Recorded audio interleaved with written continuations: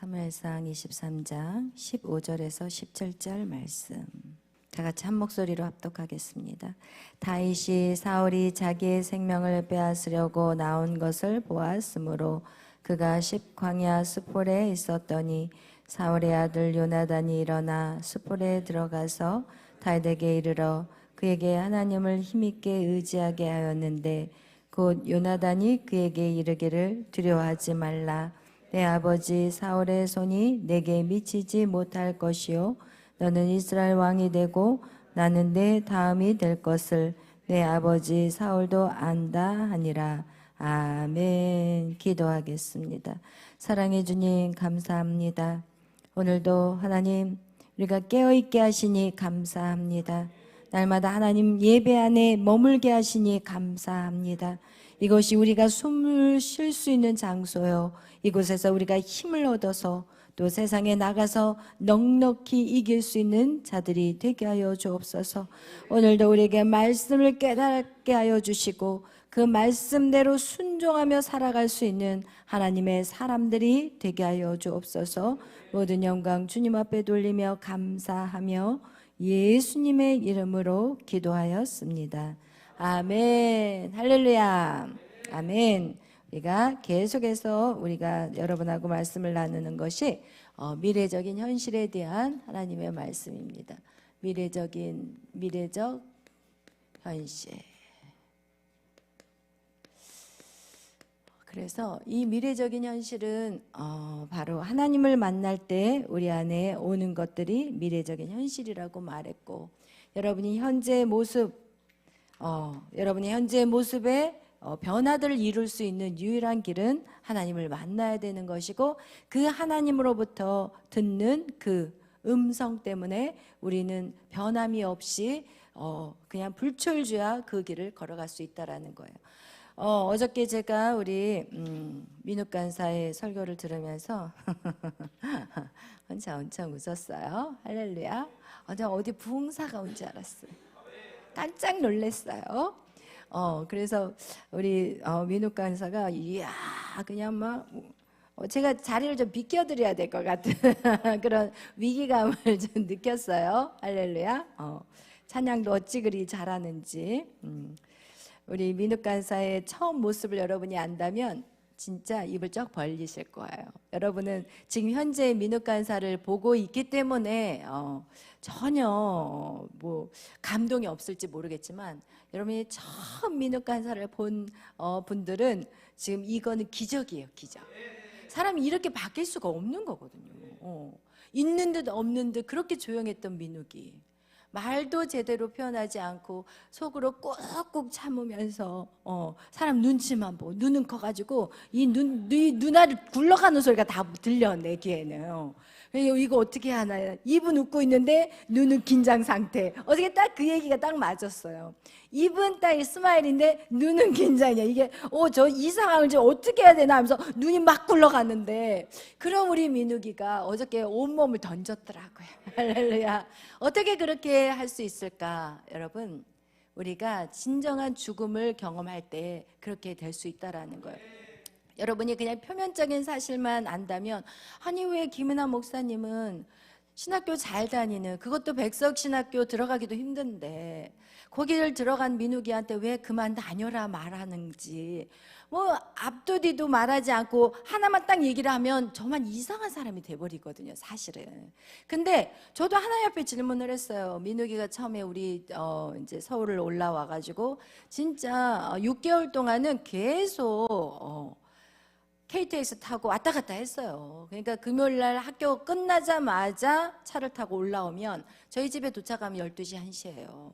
그리고 주일날 밤에 저희 아시잖아요. 축구까지 딱 끝나고 가면은 거의 10시, 11시 기차를 타고 또 내려가요. 그렇게 6개월을 했던 아이가 우리 민욱 간사예요. 그런데 그 당시만 해도 왜 자기가 올라와야 되는지 모르고 엄마의 그 강한 등살에 밀려서 이제 온 거잖아요. 그런데 그 당시만도 그거를 깨닫지 못했는데 점점 이제 신학교를 들어가는 것조차도 힘들어했어요. 처음에 왜 내가 신학을 가야 되나? 나 돈 벌어야 되는데 나는 좀 돈을 좀 주머니에다 담아놔야지 든든한데 그래서 내가 산 게 진짜 그동안 힘들게 살았는데 내가 왜 신학을 가야 되나? 막 이러면서 신학을 갔다니까요, 여러분. 그러니까 지금 걸어가긴 걸어가는데 미래적인 현실이 와 있어요, 없어요? 없어요. 그럼 미래적 현실이 안 오면 모든 게 떠밀려서 사는 인생밖에 안 된다라는 거예요. 여러분, 그 떠밀려서 사는 인생이 얼마나 고통스럽겠어요. 하는 것마다 왜 하나님은 나에게 왜라는 질문이 있을 수밖에 없어요. 여러분의 인생에 지금 왜라는 질문이 있으십니까? 미래적 현실이 안 온 거예요. 하나님을 만나야 돼. 하나님을 만나면 그냥 막 날라다녀. 그런데 하나님을 만나지 않고 하나님으로부터 그런 음성을 듣지 못한다면 우리의 모든 인생은 누구에 의해서 떠밀리는 인생밖에 될 수 없다라는 거예요. 아멘. 이젠 여러분 떠밀리는 인생을 졸업하셔야 되는 거예요. 아멘. 그래서 그렇게 6개월을 본인이 했고, 그리고 신학교를 들어가면서도 왜 들어가는지도 모르고, 그리고 신학교 가서도 여전히 제가 알기로는 여전히 그 속에서 방황하는 어떤 민욱의 모습들. 근데 진짜 어저께 얘기한 것 같이 본인이 정말 주님의 음성을 딱 듣고 너는 세계적인 찬양 사역자가 될 거야. 이러면서 이제는 민욱이가 그 길을 걸어가는데 중요한 것은 이제 비하인드 스토리를 아셔야 돼. 제가 하나님 앞에 그랬어요. 하나님, 왜 민욱이를 신학교를 들어가라고 분명히 저한테 말씀을 하게끔 해놓고 왜 스탑을 시키냐 이거예요.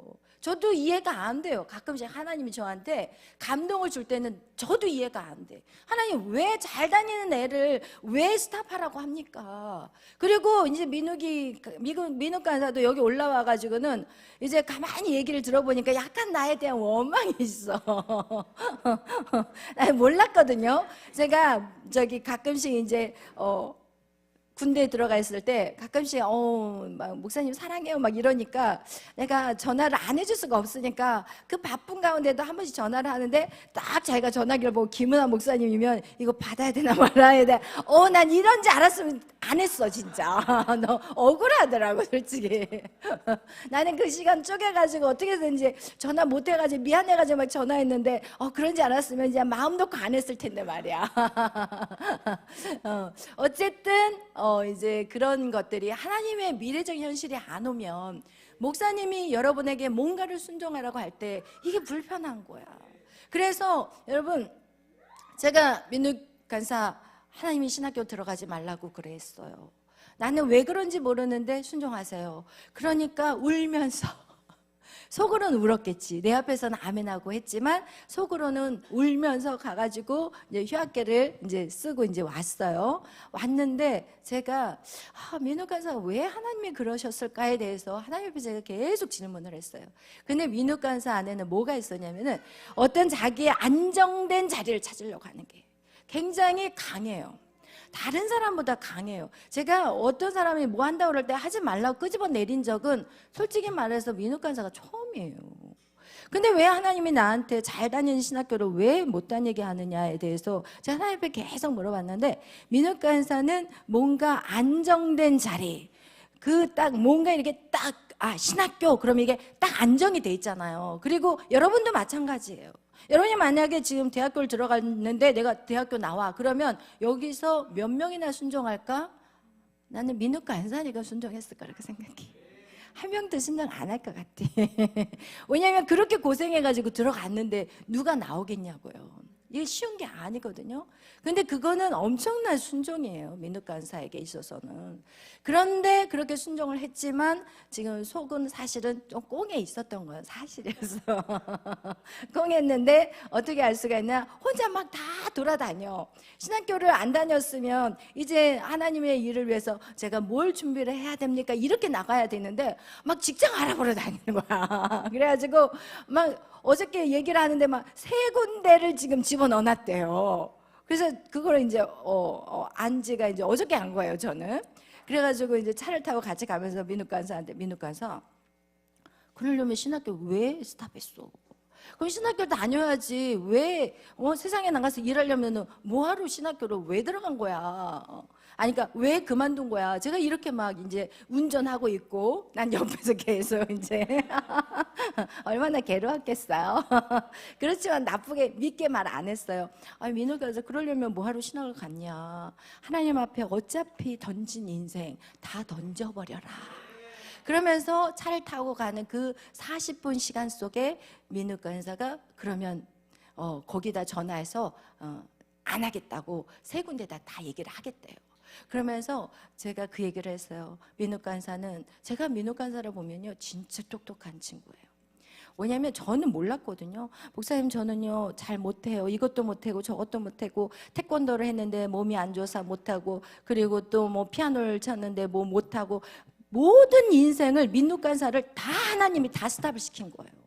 저만 스탑 시킨 거 아니었어요.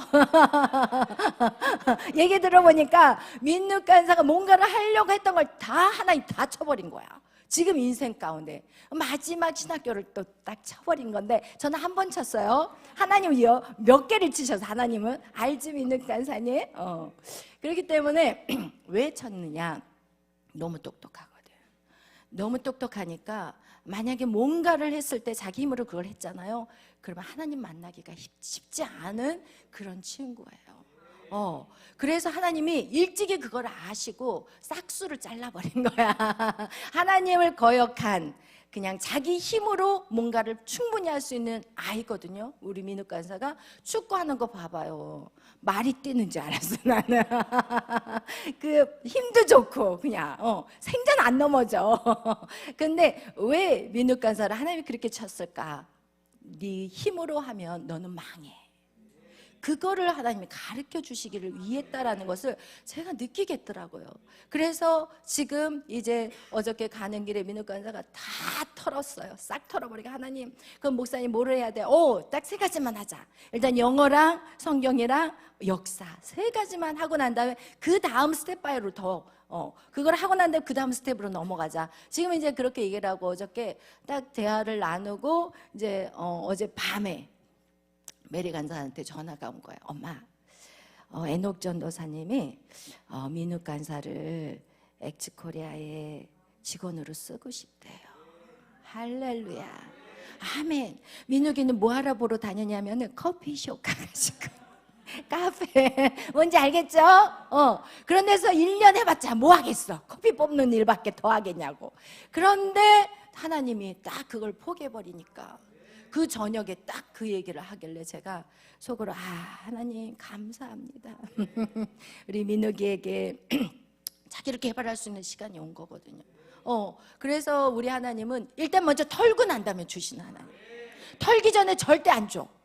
아멘? 무슨 얘기인지 아시겠죠? 털고 나니까 하나님이 정말 자기를 개발할 수 있는 거, 그리고 자기를 키워갈 수 있는 그곳에 딱 하나님 집어넣어 주시는데, 거기에 들어가면은 영어 공부할 수 있지, 역사 공부할 수 있지, 성경 공부를 당연히 매일 밤, 이게 지금 성경 공부잖아요. 할렐루야. 신학교보다 훨씬 나아요. 솔직히 표현한다면. 저도 신학을 나왔지만 여러분, 신학교 가봤자 하나도 머리만 커져. 믿음은 싹 날아가가지고 평신도보다도 못하게 졸업하게 돼 있어요.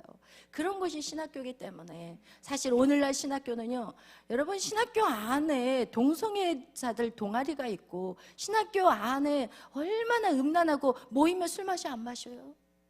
빨리 솔직히 얘기해봐요. 사람들 마시잖아요. 이런 곳이 신학교가 돼버렸어요. 그런데 거기서 뭘 배우겠냐고. 배울 것이 없다니까, 솔직히 말하면. 그래서 기다려라, 걱정하지 말아라. 신학교 졸업장은 내가 어떻게 해서든지 만들어줄 거다. 어떻게 해서든지 다 할 수 있어. 하나님은 불가능을 어떻게 한다고요? 가능하게 하신 하나님이에요. 그 타이틀 때문에 1년, 2년, 3년, 4년 시간 낭비할 필요 없어요. 이제는 우리가 정확한 게 배울 것들을 배우자는 거예요. 쓸데없는 시간 낭비할 필요 없고, 몰려다닐 필요 없고, 그들이 모여서 하는 그 행위들은 배울 게 하나도 없다라는 거예요. 아멘. 그래서 여러분 우리가 왜 이런 얘기가 이제 여기 내용하고는 다른데 오늘 갑자기 생각이 나서 여러분 미래적인 현실이 온 사람은 자기 거를 일단 내려놔야 돼요. 아멘. 자기 생각을 가지고 한다면 계속 하나님과 싸우는 것밖에 안 돼요. 그래서 여러분이 기뻐하는 거, 여러분이 즐거워하는 것들 여러분 다 내려놓으시기를 바라요. 그리고 믿음으로 먼저 여러분이 서야 되는 그 시간들이 바로 미래적인 현실이 여러분 안에 오는 시간들이 될 거예요. 여러분 우리가 이제 이 미래적인 현실을 우리가 하면서 하나님이 믿지 않는 세상 사람들에게도 미래적인 현실을 받을 수 있는 방법들을 주신 경우들이 있어요. 그게 바로 무엇이냐? 태몽이라는 거예요. 그러니까 예수를 믿는 사람들에게는 미래적인 현실로 찾아오지만 믿지 않는 사람들 또한 믿는 사람 역시도 마찬가지인데 이 태몽, 우리가 태몽 꿈 꾸잖아요. 아이들을 갖기 전에 이제 결혼한 엄마들 아니면은 할머니가 꾸든지 아니면 그 친척이 누가 대신 꺼주기도 해요. 그와 같이 이 태몽 꿈이라는 것이 바로 어떻게 보면 그 아이의 미래에 대한 꿈들을 꾸는 것들이거든요. 이와 같이 우리가 이 태몽 꿈 같은 것도 미래적인 꿈이지만 이 태몽 꿈보다 더 확실한 게 하나님 앞에 받는 이 미래적인 현실이라는 거예요. 근데 이 미래적인 현실은 우리가 딱 받을 때는 사실은 어떻게 보면 일도 믿어지지가 않아. 왜냐하면 지금 현재의 나의 모습과 앞으로 하나님이 나를 어떻게 만들겠다라는 그 모습은 너무 차이가 많이 나기 때문에 우리가 그 하나님의 미래적인 현실을 받을 때 우린 도저히 내가 어떻게 이렇게 될 수가 있어? 라고 생각할 수가 있지만 하나님은 반드시 세월이 가면 갈수록 그게 너무나도 확실해진다라는 거예요. 그래서 제가 여러분에게도 말했지만 제가 2005년도에 제가 처음 한 목사님을 통해서 저의 미래에 대한 얘기를 들었어요. 근데 그 당시에는 그렇게 그것이 중요하다고 생각을 안 했는데 그 다음 해가 지나면 지날수록 만나는 분들마다 똑같은 얘기를 하는 거예요. 똑같은 얘기를 하고 더 구체적으로 얘기를 하기 시작하더라고요. 그래서 제가 이제는 그것을 제 안에 담기 시작하고 제가 그 미래적인 현실에 대한 얘기를 듣고는 저 역시 이제는 움직이기 시작했어요. 그랬더니 이전에는 그 얘기를 듣기만 하고 있었을 때는 이게 진전이 없었거든요. 그런데 그 얘기를 듣고 나서 이제는 제가 그거에 대해서 순종하기 시작하니까 이 미래적인 현실이 어떻게 돼요? 확 앞당겨져 버린다라는 거예요. 여러분 그래서 여러분이 하나님의 음성 안에서 여러분이 미래적인 현실을 들었다면 여러분이 반드시 순종하는 삶을 살아내야 되는 거예요. 사실은 우리 민욱 간사님이 세계적인 찬양 사역자가 되겠다라는 말을 하셨는데 사실은요 예배를 인도하는 분들 중에서 가장 위험한 사람들이 찬양 사역자들이에요.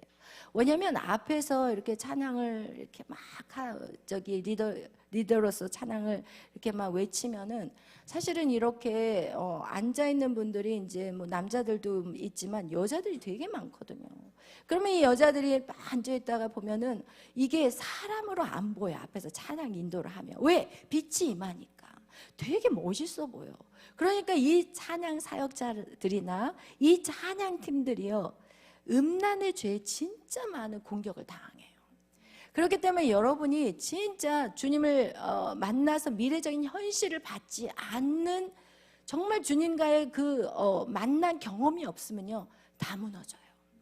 여러분 이게 엄청난 음란 마귀가 있는 곳이 바로 찬양팀에서 일어나고 있어요.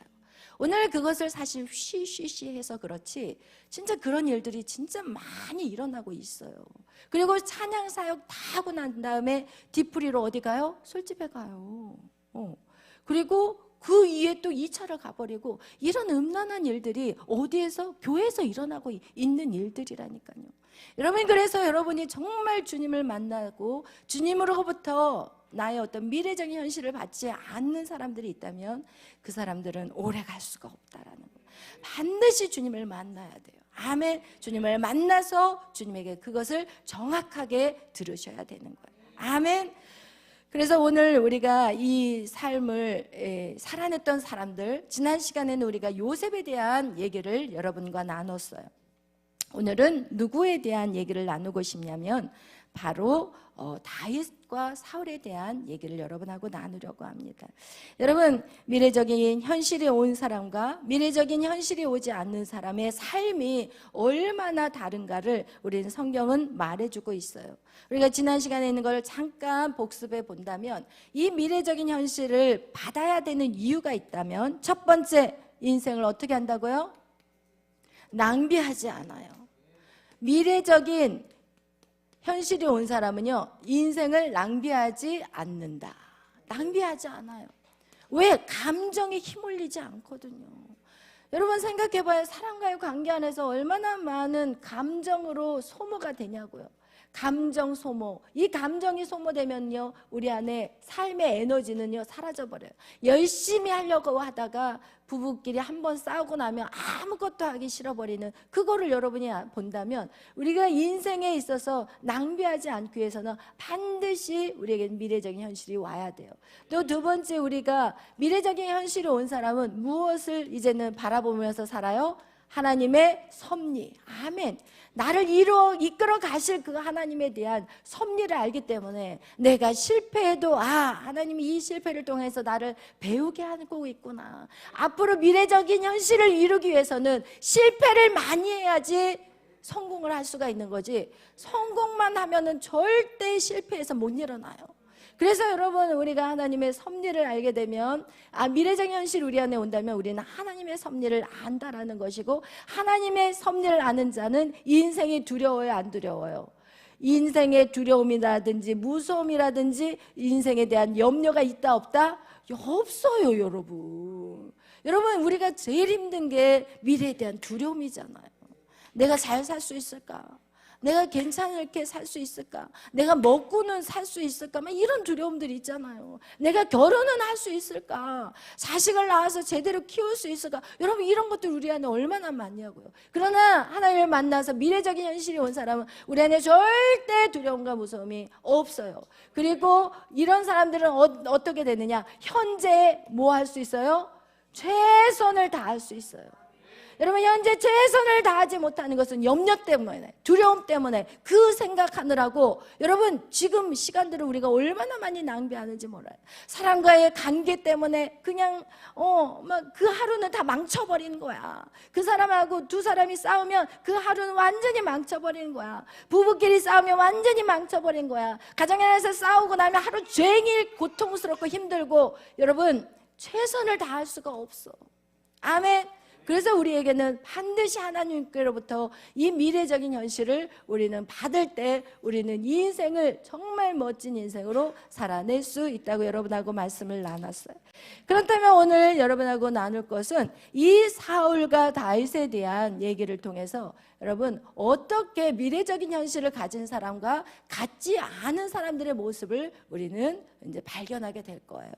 사울은 어떤 사람이었냐? 사울은요, 외모가 아주 키도 크고 잘생겼어요. 키가 아주 컸어요. 근데 이 다윗은 키가 크다는 얘기는 없어요. 용모가 단정하다는 표현은 크지 않았다는 표현이에요. 그래서 이 사무엘이 이새네 집에 갔을 때도 큰아들이 딱 나왔을 때는 막 키가 뭐 이렇게 크고 그냥 남자답게 생기니까, 이야, 저 사람이 왕이구나, 하나님이 기름 부으라는 사람이 저 첫째 아들이라 생각을 했거든요. 근데 하나님이 아니래요. 둘째가 왔는데도 아주 체격이 좋아, 아니래요. 셋째도 아니래요. 7명을 다 데리고 하나님 앞에 이제 하나님이 7째도 다 아니래요. 그리고 어디에요? 너에게 아들이 있느냐 물어봤더니, 네, 양을 치는 아들이, 얘는 왕같이도 안 생겼어.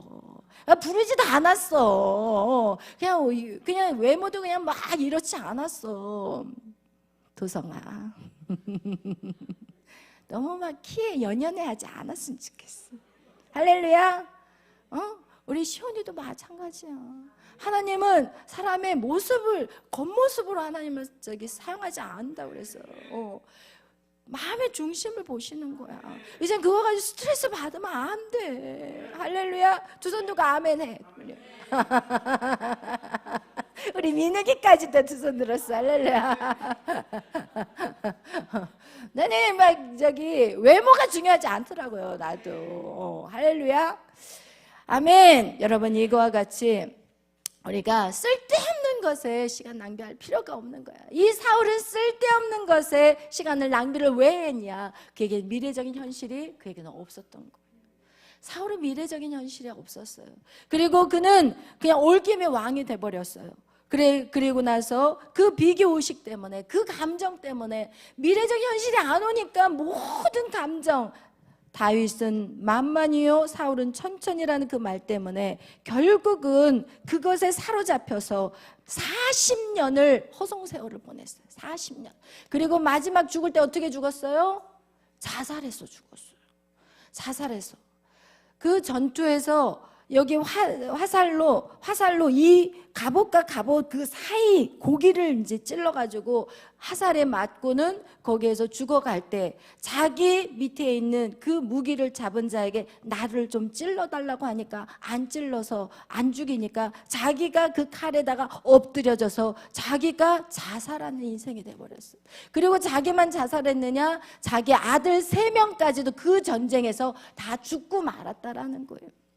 여러분, 미래적인 현실이 오지 않는 사람은 결국은 자기 자신도 죽고 자기 자식들까지 다 불행하게 만든다라는 거예요. 미래적인 현실이란 무엇인가? 여러분이 하나님을 만나야 되는 거예요. 하나님을 만나야 되는 거예요. 아멘. 하나님을 안 만나면은 아무런 의미가 없어요. 교회를 다녀도 교회 다니는 사람일 뿐이지 교회 진정한 성도가 될 수 없다라는 거예요.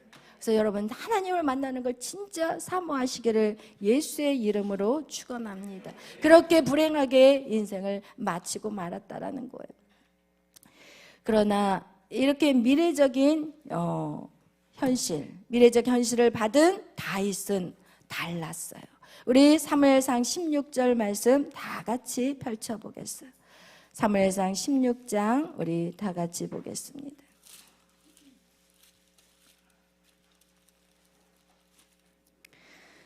우리 사무엘상 16장 우리 1절 다 같이 읽겠습니다.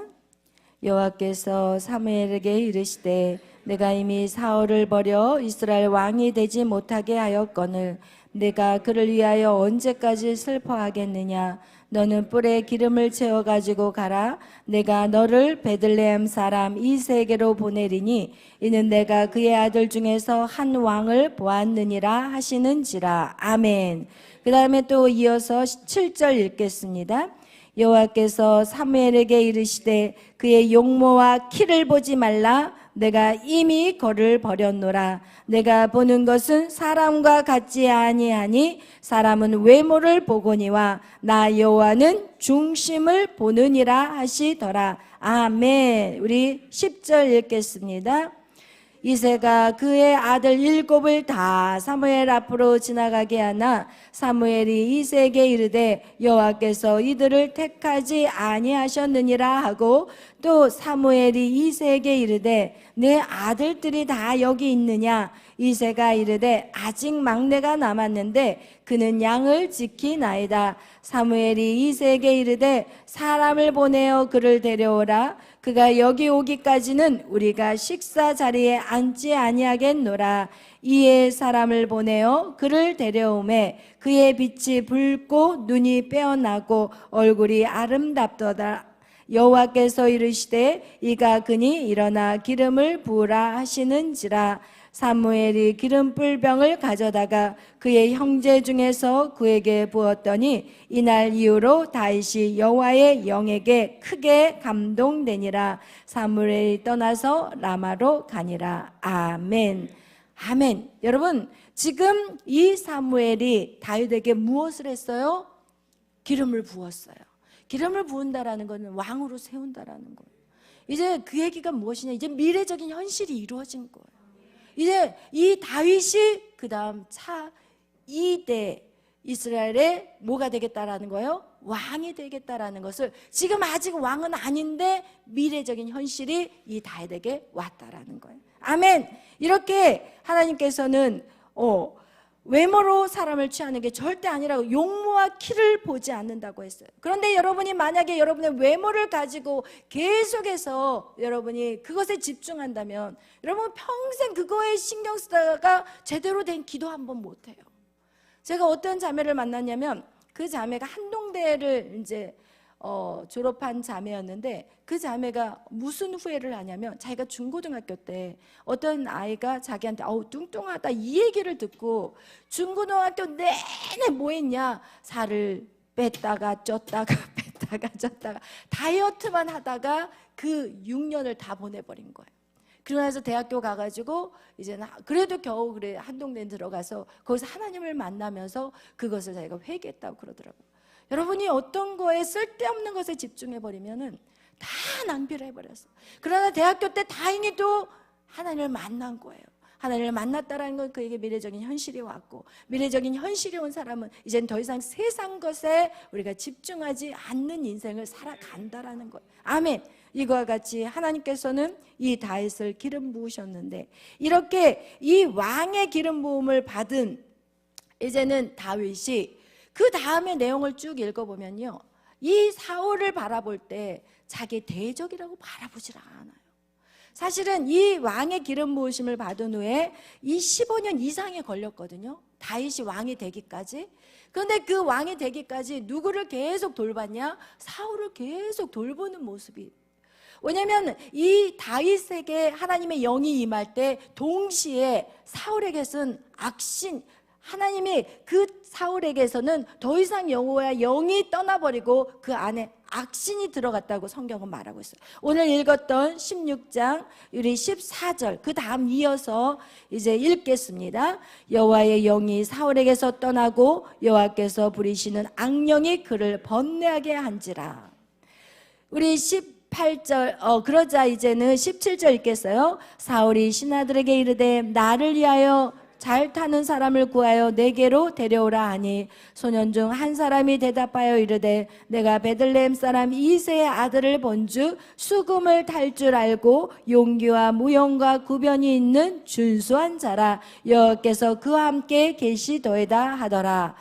쭉 읽겠습니다. 사울이 이에 전령들을 이새에게 보내어 이르되 양치는 내 아들 다윗을 내게로 보내라 하매 이새가 떡과 한 가죽 부대에 포도주와 염소 새끼를 나귀에 실리고 그의 아들 다윗을 시켜 사울에게 보내니 다윗이 사울에게 이르러 그 앞에 모셔 섬에 사울이 그를 크게 사랑하여 자기의 무기를 드는 자로 삼고 또 사울이 이새에게 사람을 보내어 이르되 원하건대 다윗을 내 앞에 모셔 서게 하라. 그가 내게 은총을 얻었느니라 하니라. 하나님께서 부리는 악령이 사울에게 이를 때 다윗이 수금을 들고 와서 손으로 탄즉 사울이 상쾌하고 낫고 악령이 그에게서 떠나더라. 아멘. 그러면 지금 이런 상황 우리가 읽어보면은 지금 이 다윗은 어떻게 하느냐, 사울이 자기가 이제는 사울이 없어져야지 자기가 왕의 자리에 올라갈 수 있는다는 것을 이미 미래적 현실로 그는 알고 있어요. 그 다음에 어떻게 보면은 이 사울은 없어져야 될 사람이거든요. 악령에 시달려야 될 사람이에요, 솔직히 말한다면. 그런데 다윗은 어떻게 하느냐, 그의 악령을 쫓아내요. 그가 합력하면서 그 악령을 쫓아내는 거예요. 여러분 지금 이 다윗의 인생을 보면서 미래적인 현실이 온 사람은요, 자기가 그 일들을 이루기 위해서 어떤 해를 가하는 일을 절대 하지 않는다라는 것을 오늘 우리는 성경을 통해 깨닫게 되는 거예요. 그리고 이 사울의 첫째 아들 요나단이 또 이 다윗에게 미래적인 현실에 대해서 말하는 장면이 오늘 여러분이 읽었던 23장 말씀이에요. 우리 사무엘상 23장 말씀 우리 다 같이 다시 한번 여러분 뜻을 잘 생각해서 우리 23장 17절 말씀 읽겠습니다. 23장 17절은 어떤 상황이냐면 이 사울이 다윗하고 같이 식사를 하다가 다윗이 바로 정면에 있는데 이 창을 갖다가 이 다윗에게 던지는 그 사건이 있는 후였어요.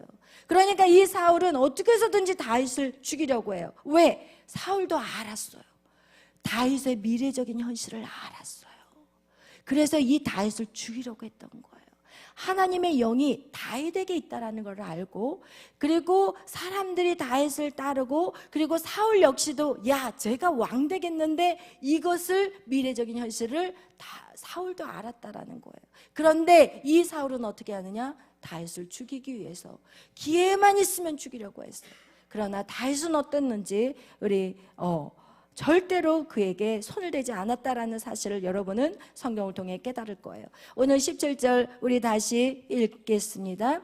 곧 요나단이 그에게 이르기를 두려워하지 말라. 내 아버지 사울의 손이 내게 미치지 못할 것이요 너는 이스라엘 왕이 되고 나는 내 다음이 될 것을 내 아버지 사울도 안다라는 거예요. 아멘. 안다라는 거예요. 여러분, 여기에서 지금 첫 번째 사무엘을 통해서 다윗은 기름 부음을 받았고 이제는 미래적인 현실, 내가 왕이 된다라는 것을 알아서 이미 왕인 거예요. 기름을 부음을 받았으니까. 그리고 나서 또 두 번째 누구를 통해서, 요나단은 누구냐? 사울의 첫째 왕이에요. 첫째 아들이에요. 그러니까 서열로 보면 지금 사울 다음에 누가 왕이 돼야 돼요? 요나단이 왕이 돼야 돼요. 그런데 요나단은 자기가 알았어요. 누가 왕이 될 것을? 다윗이 왕이 될 것을. 그리고 이 다윗에게 얘기해요. 아니야. 내 아버지가 너를 죽이려고 해도 내 아버지의 손이 너에게 미치지 못해. 그게 뭐냐? 아버지가 아무리 너를 죽이려고 해도 하나님이 너를 지켜줄 거야. 그러니까 너무 두려워하지 마. 그리고 너가 왕이 되고 나는 너 다음이 될 거야. 이 지금 요나단은 오히려 누구를 죽여야 돼요? 다윗을 죽여야 돼요. 그러나 이 다윗에게 지금 두 번째 확증을 시켜주는 장면, 네가 왕이 될 거야. 아멘. 이게 다윗에게 있어서 미래적인 현실이라는 거예요. 그런데 이런 미래적인 현실을 받은 이 다윗은요, 자기가 굳이 사울을 죽일 필요가 없는 거예요. 여러분, 미래적인 현실을 갖고 있는 사람은 절대로 감정에 휘몰아치지 않아. 우리가 신앙생활 할 때 왜 시험을 당하느냐? 감정 조절을 못하기 때문에 시험을 당하는 거야. 저 꼬라지 보기 싫으니까 내가 다른 교회 가. 내가 저것 때문에 기분 나쁘니까 내가 다른 교회 갈 거야. 그러면 그 교회 가서 또 그런 일이 안 생기느냐? 절대 아닌 거예요. 우리 모두는 하나님이 나를 만들기 위한 과정이지, 저 사람은 하나님이 나를 만들기 위한 도구일 뿐이라는 거예요. 여러분이 믿음으로 서서 여러분 안에 있는 모난 성격들을 부드럽게 만드는 그 모든 시간들, 여러분, 그래서 우리가 누군가의 당연히 부닥치고 우리 안에 이런 공동체 안에서 서로 다투고 좀 삐지고 화나고 이런 일들은 당연히 있는 거예요. 사람이 모였는데, 우리 집안에서도 서로 싸우는데, 집안에서도 언니 오빠 막 싸우고 막 자식들이 싸워요, 안 싸워요? 그런데 이 교회 안에서는 싸우려면 더 많이 싸우죠, 솔직히 말한다면. 근데 이 싸움을 통해서 뭐를 만들 수 있나? 하나님은 우리에게 미래적인 현실을 이룰 수 있는 사람들을 만들어 가는 거예요. 아멘. 여러분이 진짜 리더가 된다면, 사사로운 감정에 매여 있으면 리더라고 할 수가 없는 거야. 여러분, 제가 리더인데 쟤 꼴 보기 싫어, 쟤 좀 꺼져버렸으면 좋겠어. 그럼 제가 리더가 될 수 있어요? 아니에요. 리더는요, 모두를 품고 가야 되고 모두를 다 안고 가야 되는 거예요. 그렇게 되면 누구를 넓혀야 돼요? 나를 넓혀야 되는 거예요. 내 감정, 내 이런 것들, 이런 건 다 죽이고 버리고, 그리고 태평양 같은 넓은 마음으로 모두를 다 포용하고 가는 거, 이것이 진짜 리더요, 미래적인 현실을 이룰 수 있는, 왕이 될 수 있는 자격이 있는 거예요. 아멘. 사울은 왕의 자격이 없었어요. 이 다윗 한 사람을 죽이려고 평생을 군대들을 몰고 다녔던 사람이 사울이었다라는 거예요. 여러분, 이 미래적인 현실을 받은 이 다윗은 그가 왕이 진짜 실제 왕이 되기 전까지 그는 왕 같은 삶을 살아냈어요. 아멘. 우리가 성경 군데군데 우리가 보면은, 우리 한번 찾아보겠어요. 우리 사무엘상 22장 2절 말씀.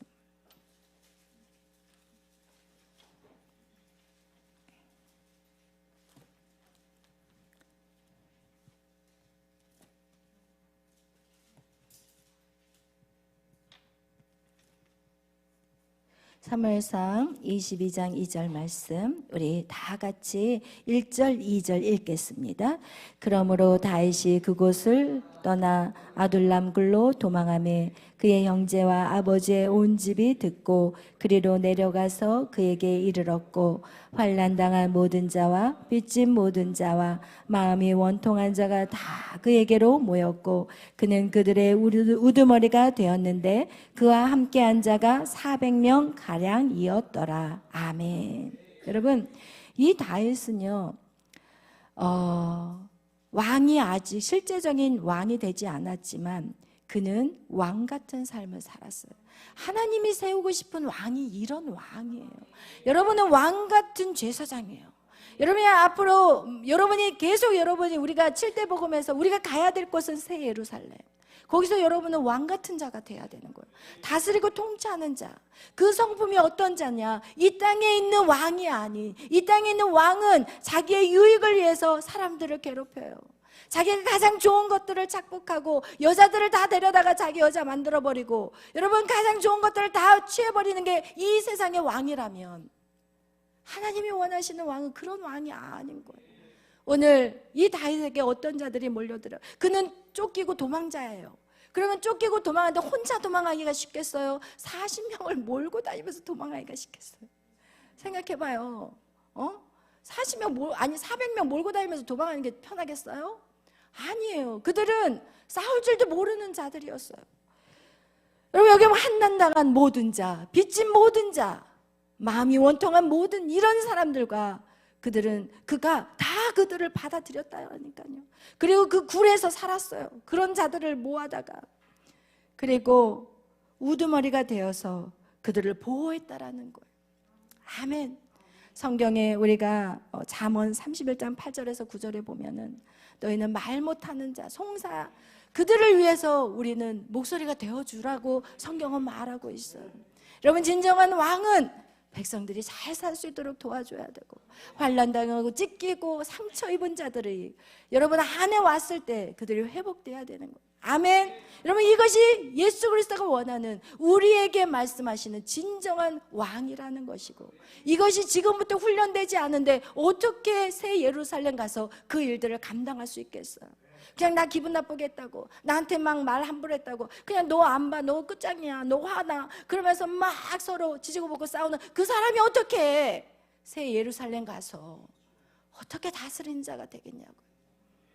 여러분, 하나님이 이 땅에 여러분 예수를 믿고 바로 천국으로 안 데려가 가는 이유가 이 땅에서 여러분 훈련되어져야 돼요. 왕 같은 자들이 돼야 되고, 여러분을 통해서 사람들은 계속해서 살아나야 되고, 여러분 환난 당한 자들이 여러분 치유함을 받아야 되는 거예요. 할렐루야. 아멘. 이것이 하나님이 원하시는 진정한 왕의 모습이라는 거예요.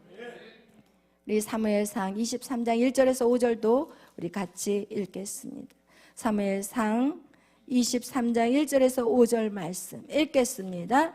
사람들이 다윗에게 전하여 이르되, 보소서, 블레셋 사람이 그일라를 쳐서 그 타작마당을 탈취하더이다 하니, 이에 다윗이 여호와께 묻자와 이르되, 내가 가서 이 블레셋 사람들을 치리이까? 여호와께서 다윗에게 이르시되, 가서 블레셋 사람들을 치고 그일라를 구원하라 하시니, 다윗의 사람들이 그에게 이르되, 보소서, 우리가 유다에 있기도 두렵거든 하물며 그일라에 가서 블레셋 사람들의 군대를 치는 일이라 이까 한지라.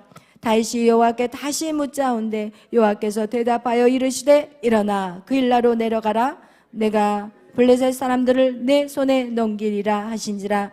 다윗과 그의 사람들이 그일라로 가서 블레셋 사람들과 싸워 그들을 크게 쳐서 죽이고 그들의 가축을 끌어오니라. 다윗이 이와 같이 그일라 주민을 구원하니라. 아멘. 여러분, 지금 이 그일라 그 주민들을 누가 구원해 줘야 되냐면 사울이 해줘야 돼요. 근데 사울은 다윗만 잡으러 가지, 자기 백성이 뭘 먹고 사는지, 누구에게, 지금 블레셋이라는 엄청난 대적에게 지금 막 거의 넘어가게 생겼는데도 다윗만 쫓아가고. 여러분, 우리가 그런 인생을 살아서는 절대 안 되는 거예요. 그래서 여러분, 우리의 감정을 다뤄야 되고, 우리의 이 쓸데없는 시간들을 낭비해서는 절대 안 되는 거예요. 아멘. 이렇게 그가 쫓기는 인생이었지만 그가 그일라의 그 모든 사람들을 살려낸 하나님의 뜻에 순종하며 걸어갔던. 근데 우리는 이런 기도를 참 많이 해요. 하나님, 지금은 힘들어요. 제가 이게 누구를 도와줄 상황이 아니에요. 하나님, 내 인생에 좀 뭐가 펼쳐져야지, 내가 뭔가를 가지고 있어야지 하잖아요. 내가 뭔가 자리로 올라가야지 하잖아요. 내가 뭔가 이렇게 돼야만이 누구를 도와줄 수 있잖아요. 내가 지금 아픈데 누구를 도와줘요?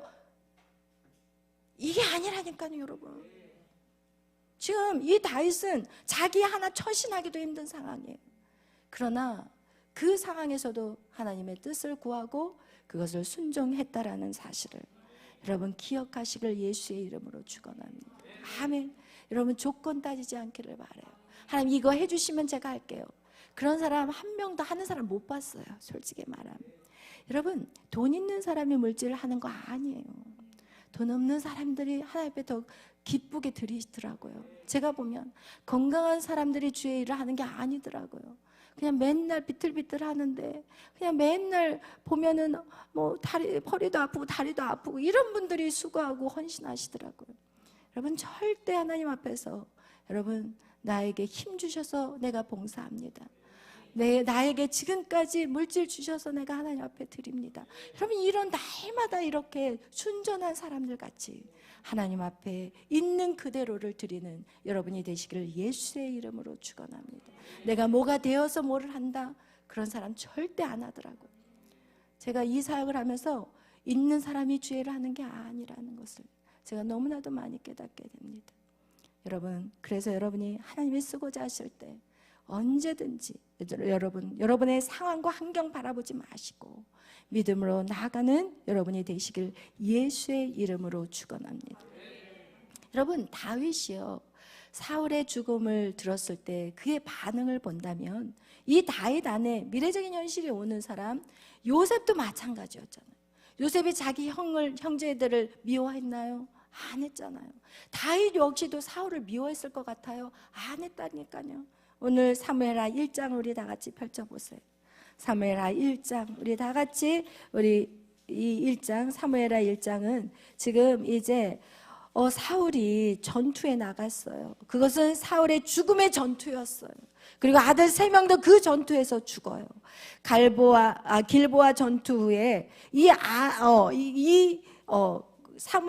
사울의 모든 아들과 사울이 죽는 그게 바로 이 사무엘하 1장에 나오는 말씀인데 여기에서 이 다윗이 그의 죽음의 소식을 아말렉 청년이 막 달려와가지고 자기가 사울을 죽였다고 지금 다윗에게 뭔가 상급을 받기 위해서 사울의 그 왕관과 팔찌를 가져다가 이 막 다윗에게 바치면서 자기가 죽였다고 얘기를 하는 거예요. 그러면 세상 사람들이 봤을 때는 야 다윗이 진짜 그 기뻐하겠구나. 이 사울을 죽였다고 하면은 나한테 높은 지위도 줄 거야. 이렇게 하고 이 아말렉 청년이 정신없이 달려서 왔어요. 그러나 다윗의 반응은 그게 아니었어요. 다윗은 그 사울과 요나단의 죽음 앞에서 금식을 해요. 그리고 옷을 찢고 거기에서 슬퍼해요. 여러분 그날 하루 종일 금식하며 울기 시작했다라는 거예요. 여러분 그 정도로 이 다윗에게는 어떤 사울이 자기를 괴롭히고 힘들게 했던 것에 대한 어떤 원망이나 미움이 있지 않았다라는 것을 알 수 있다라는 것. 여러분이 하나님 앞에 미래적인 현실이 여러분의 삶에 이루어지기 위해서는요 누구를 원망하는 마음이 있으면 절대 안 돼요. 누구를 증오하고 저주하는 뒤에서 뒷담화하고 흉보고 욕하는 사람 절대로 미래적인 현실이 이루어질까요? 절대 안 이루어져요. 그거 아셔야 돼요. 여러분을 위해서라도 절대로 다 용서해야 되는 거예요. 마음 안에 한 응어리도 남아서는 안 돼. 여러분 이 사울의 죽음 앞에서 다윗이 대성통곡을 했다라니까. 그러면서 그가 뭐라고 고백하냐면 사무엘하 1장 19절 다 같이 읽겠습니다.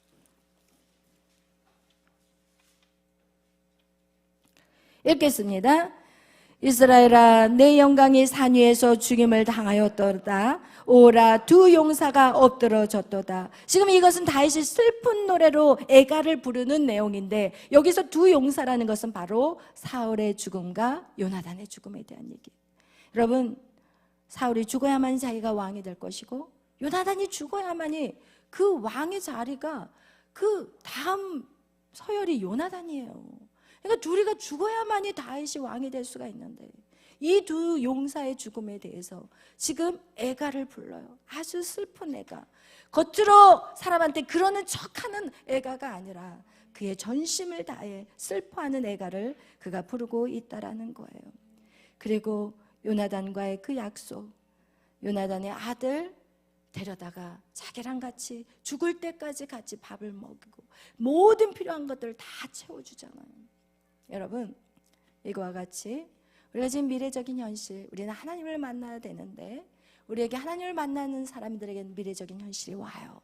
그런데 그 미래적인 현실을 받은 사람들이 있지만 그것을 현실로 이루지 못한 사람들도 있을 수가 있다라는 거예요. 왜? 내 안에 증오하는 마음, 미워하는 마음, 그리고 다투는 마음, 이런 것들이 있다면 하나님이 여러분을 높은 자리로 끌어올릴 수 없다라는 것을 여러분 꼭 기억하시기를 예수의 이름으로 축원합니다. 아멘. 여러분이 하나님을 반드시 만나야 되고 여러분의 미래에 대해서 하나님 앞에 직접 들어야 돼요.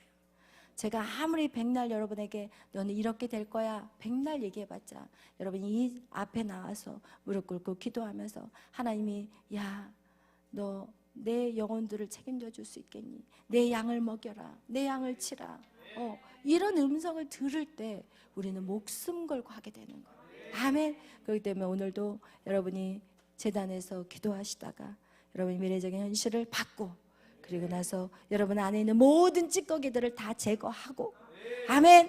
여러분이 제대로 된 모습으로 그의 나라와 그 영광을 위해서 살아가는 여러분이 되시기를 예수의 이름으로 축원합니다. 기도하겠습니다. 사랑해 주님 감사합니다. 하나님, 우리에게 매일 말씀하기를 원하시는 하나님, 내가 너무 분주하고 세상 일로 또한 세상에 정말 묶여있는 감정으로 인해 하나님의 그 미래적인 현실을 듣지 못하지는 않은지요. 오늘 하나님, 우리가 그 모든 것들을 비우게 하시고 하나님의 온전한 뜻들을 듣고 깨달을 수 있는 귀한 시간들이 되기를 소망합니다. 주님 도와주시고 하나님 우리를 이끌어가 주시옵소서. 모든 영광 주님 앞에 돌리며 감사하며 예수님의 이름으로 기도하였습니다. 아멘.